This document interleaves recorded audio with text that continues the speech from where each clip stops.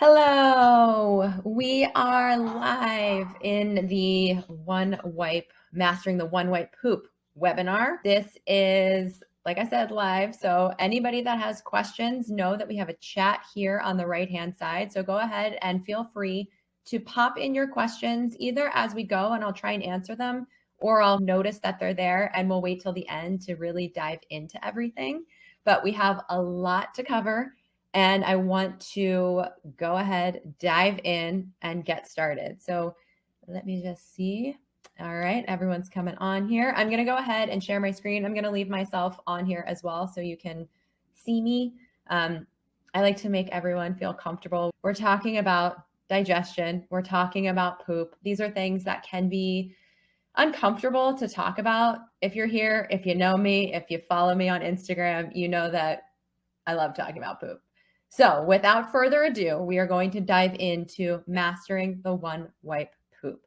So I'm just going to share my screen here with you. And now here I am, teeny tiny at the bottom. All right, so let's dive into it. We are going to look at mastering this one wipe poop, really getting into digestive healing without these crazy restrictive diets, without this dead-end nutrition advice that's oversimplified and never seems to work, and also with avoiding paralyzing overwhelm, which is often, unfortunately, where so many of my clients come to me in a state of just, what the heck do I do? So first, I want to make sure that if you're on this, you are in the right spot. So this is for you if you are feeling defeated by your health. You've tried so many different avenues to heal your gut. You've done all the healthy things. You've changed your food. You've taken supplements. You're prioritizing sleep, and your body still is not cooperating with you. This is for you if you are feeling confused by food, very specifically. Oftentimes we get into the state where we don't know what to eat, and you'll eat something one time, it won't have a reaction, and then you'll eat it again another time, and your body fully reacts. And you're like, what is going on? What do I eat? I don't even understand. When I eat healthier, I feel worse. This is for you if you're feeling hopeless, if you're feeling like, I spend time researching, I do study education, and I'm trying to figure out what is going on, but I read one thing and it says, do this, and I read another thing and it says, do the exact opposite. So what's the actual thing to do? This is also for you if you're feeling uncomfortable in your body. And I say this from a place of knowing. I have been there. I have felt very uncomfortable in my body. I've been mad at my body. I've been frustrated by my body. So if you are in this space where you're like, I don't even want to physically be in my body, I want to hightail it out, then you are in the right spot. So now that we've unpacked that, I want to turn it around and just give you a moment to really think about what life could be like if these digestive issues were not there. And what would it look like if you had a roadmap, a specific step-by-step plan that was geared towards your specific body, and you were able to trust and love the body that you were in? What if you did not have to rely on the doctor to be in charge of your healing journey and your health? What if you could reclaim that power and be your greatest advocate and know what you were talking about and what questions to ask? What if you could go to a restaurant or someone's house, go over to a friend's house for dinner and know exactly what you can and can't eat, or confidently order off of the menu? What if you took back time in your day from Googling, going down the rabbit hole to heal your body, and you could focus on things like your passions, your career, and your relationship? What if you woke up and you were like, hell yeah, I'm ready to start the day. I have energy. I'm not bloated. I don't feel heavy or lethargic. You have vitality. So that's what we're going to cover in our session today. We're going to talk about 3 different barriers, 3 shifts, 3 ways that you can actually start to change the entire story, your entire suffering journey, and ultimately how you can step into the one wipe poop. And just in case that wasn't enough, I want to make sure that you really get a lot of value out of this. because I'm frustrated of seeing people suffer for so long. So I also want to give you a tool that I use in my one-on-one client sessions called the Body Systems Questionnaire. And this will help you fast track your healing and get even more clarity on what specific body system is out of balance. We go through 16 different body systems: blood sugar, essential fatty acids, nutrients, adrenal function, thyroid function. And we go through each one of those through symptom tracking to see what areas need the most attention. So you're going to get that if you stick around till the end.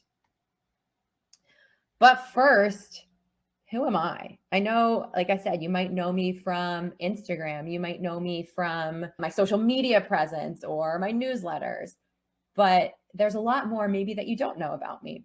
My name is Sarah, or Figgy. People in real life actually do call me Figgy. And I have over a decade of experience as a dietitian. I have degrees in nutrition and functional medicine. So I've been doing this for a really long time and really leaning into what is actually working. But the most important thing about me that I want you to know right now is that I suffered for the majority of my life with horrific bloating and inconsistent poops. This is something I don't think I've ever shared. I didn't share this on last night or yesterday's presentation, but I remember one time in college, my roommate Febrezed me because I had such bad gas. So that's when it was at its, I don't even know if that's when it's at its worst, but it was always a really big part of my life. And I've been there right along with all of you guys. I don't know if anybody else has ever gotten Febrezed, but I did. But the good thing is I was able to change this story. I healed my body. Most importantly, I proved my doctors wrong because they were like, we don't know. But it took a long time to get to this place. So I shared that story about college, but this was even before college. I remember struggling with digestive issues. And it was really hard to find a picture of myself looking actually bloated because I wore a lot of like baggy dresses, baggy clothes, because I was so self-conscious about my stomach. You can see it here. This is an insane picture. We were, I think, skeet shooting. That's why I have a shotgun. But you can see here that I'm pretty distended and pretty bloated. And I thought in my head, I was like, you know what? Since I've been struggling with this for so long, once I become a dietitian, that will solve it. Nope. I couldn't be further from the truth. I still struggled, probably even more when I became a dietitian, with feeling even more broken because now I was in the medical system. I was learning all the things that I was supposed to know, and I still was getting nowhere. And it wasn't until I began integrating functional testing into my body and into my practice that I learned very clearly where my imbalances actually existed.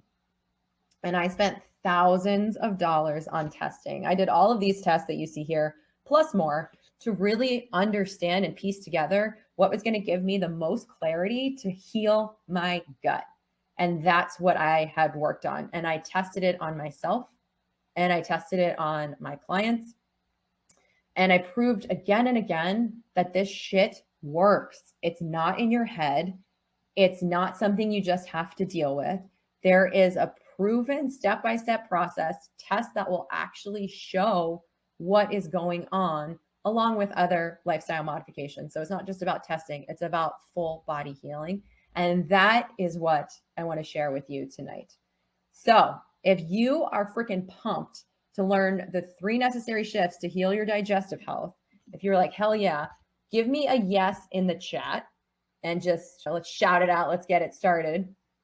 And I want you to also get out your notepad because we are going to go through, like I said, 3 barriers, 3 key shifts, and really dive into what has prevented you from stepping into this beautiful healing digestive capacity. Sophia says yes. Samantha says yes. Chrissy says woohoo.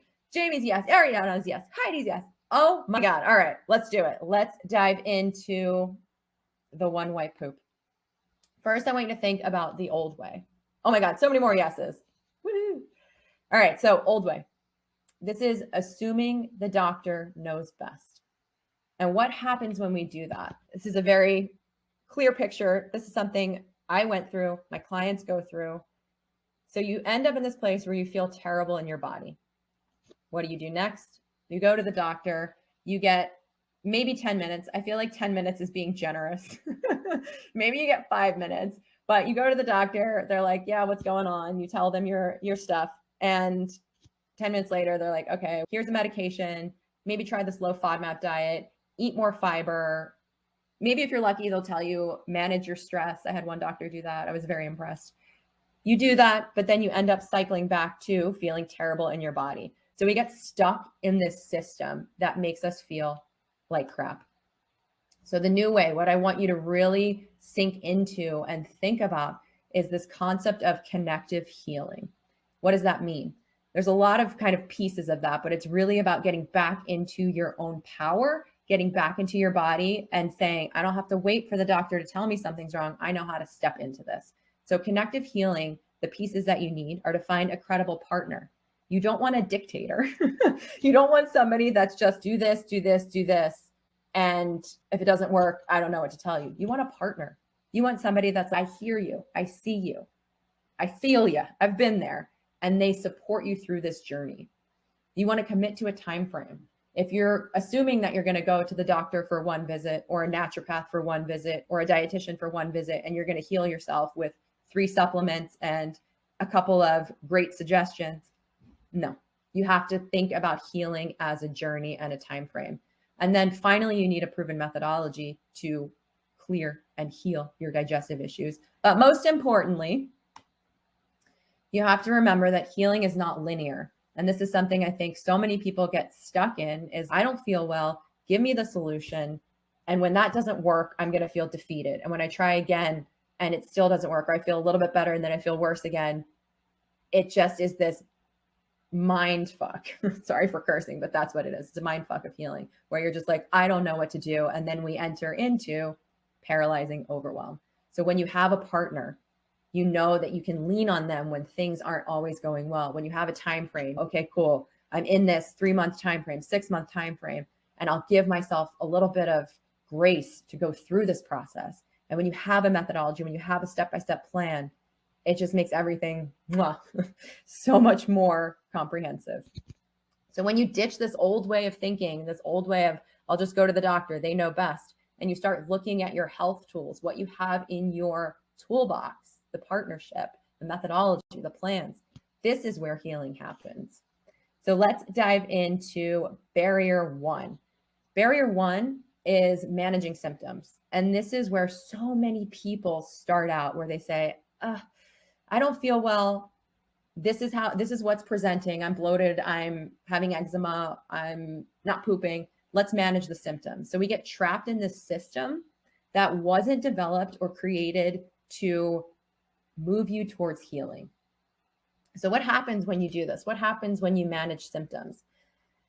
Unfortunately, we end up waiting 10, 20, 30 years for a disease to manifest. And then your doctor will say, something actually is wrong, even though you've been going and being like, hey, this doesn't feel right. Hey, can you test my labs?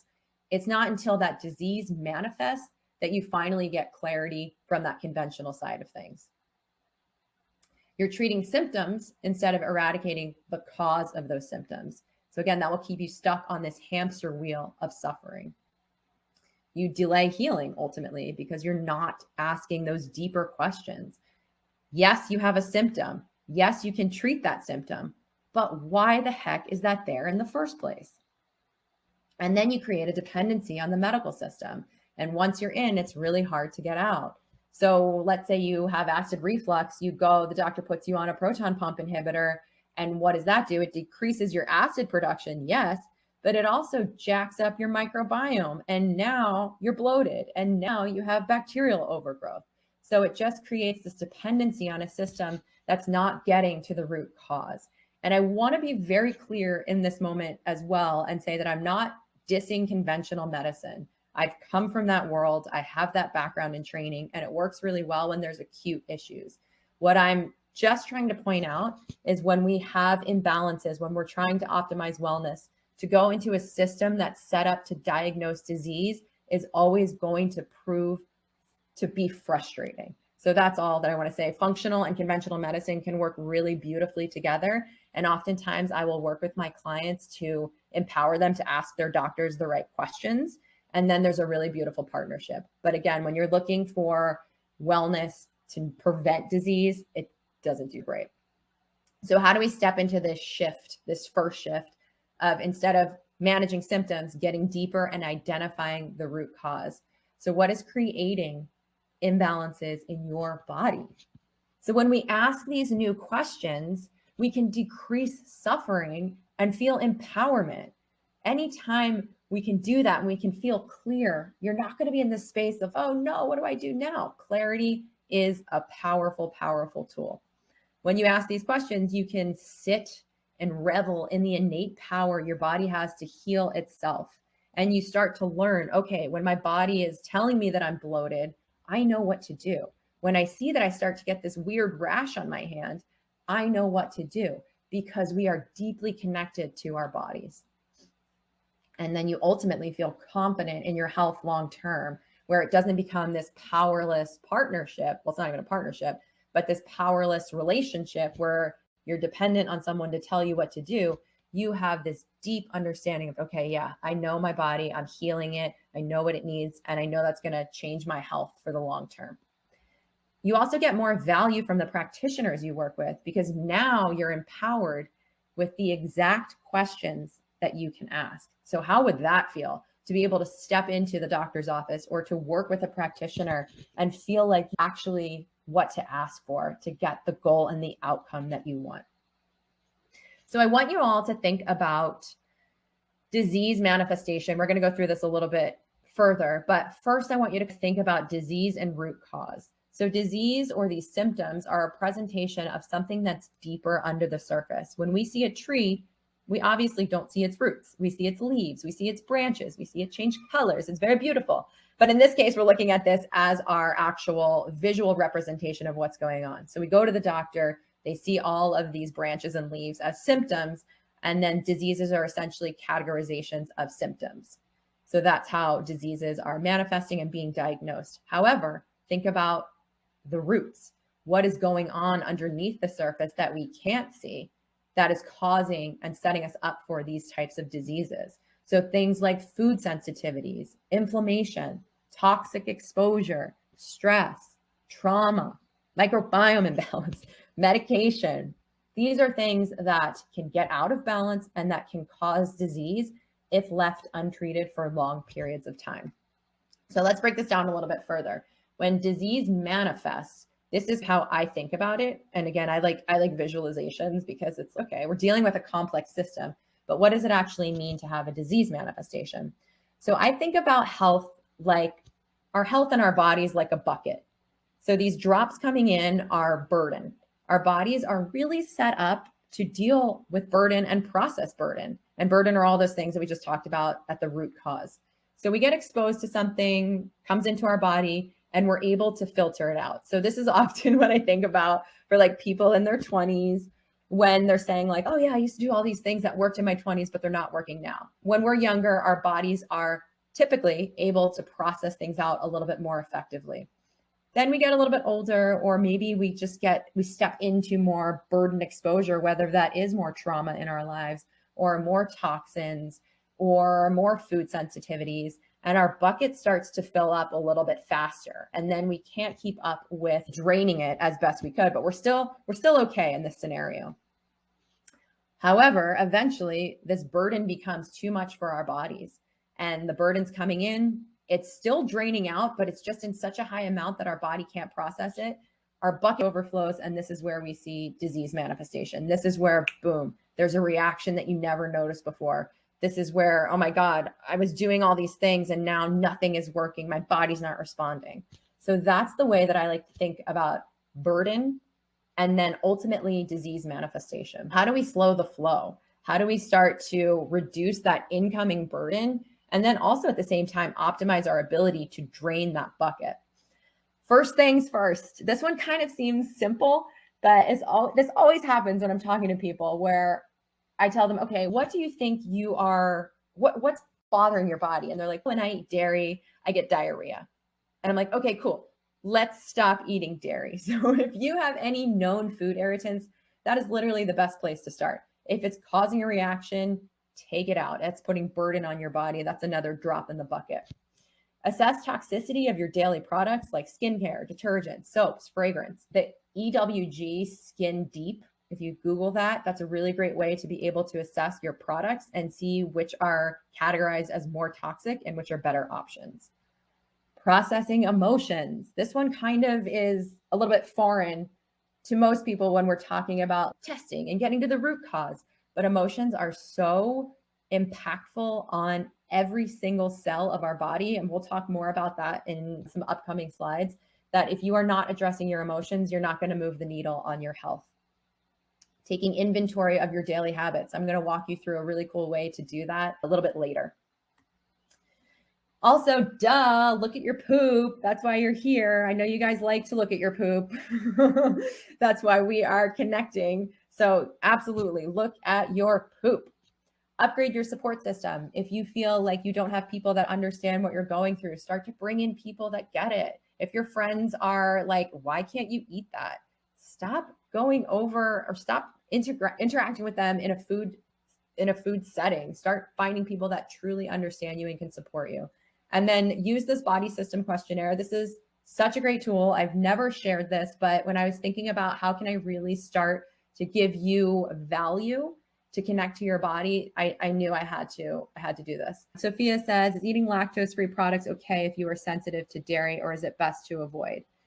That's a really good question. So if lactose is the irritant, and this kind of goes into more of food intolerance versus food sensitivity. So usually lactose intolerance is an inability to digest and break something down, whereas a sensitivity might be reacting to more than just the lactose. So I would personally say removing dairy totally is going to be your best option.